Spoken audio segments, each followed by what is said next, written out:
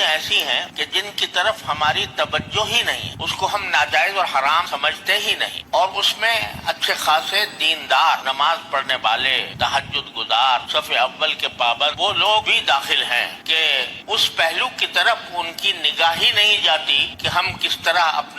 اپنے رزق میں حلال کے ساتھ ہم حرام کی آمیزش کر رہے ہیں۔ عام طور سے لوگ سمجھتے ہیں بھئی ہم تو مزدوری کرتے ہیں، محنت کرتے ہیں، کماتے ہیں، کھاتے ہیں، اور نمازیں بھی پڑھتے ہیں، روزے بھی رکھتے ہیں، یہ سارے کام کر رہے ہیں، لیکن ان کو پتہ نہیں ہے کہ خود ان کی زندگی میں بعض ایسی چیزیں شامل ہو گئی ہیں جس کی وجہ سے ان کا لقمہ حرام میں ملا ہوا۔ اس کی ایک مثال میں یہ دیتا ہوں کہ شریعت نے میراث کے احکام قرآن کریم میں تفصیل کے ساتھ نازل فرمایا، اور یہ فرمایا کہ جب کسی کا انتقال ہو تو اس وقت میں سب سے پہلا کام یہ ہونا چاہیے کہ اس کا جو ترکہ ہے،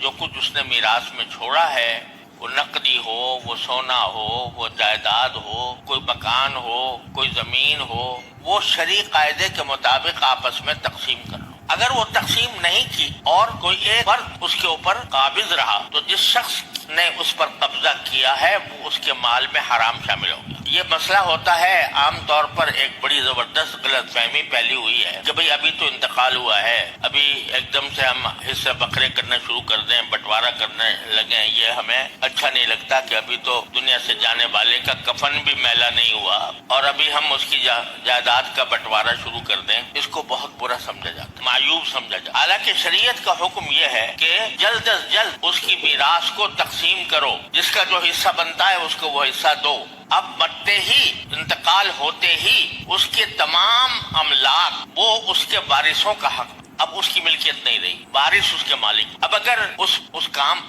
ترکے کو کوئی شخص دوسرے وارثوں کی اجازت کے بغیر استعمال کرتا ہے وہ حرام کا سر بھی تھا۔ سب سے پہلے فکر یہ ہونی چاہیے کہ جو اس کا ترکہ ہے اس ترکے میں کوئی غیر وارث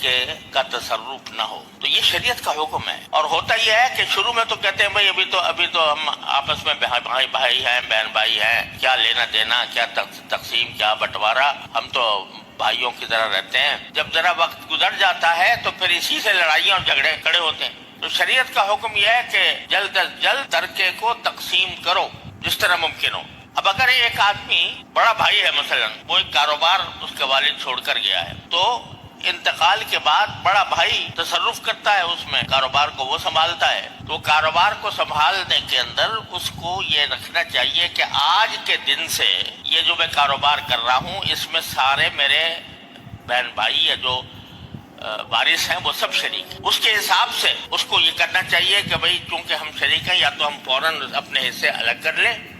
یا اگر کاروبار آگے جاری رکھنا ہے تو تمام ورثاء سے اجازت لے کر اور کوئی معاملہ طے کر کے کہ اس کاروبار کو جب چلایا جائے گا تو اس میں نفع ہو جائے گا تو وہ کس طرح تقسیم ہو، یہ کرنا لازمی ہے،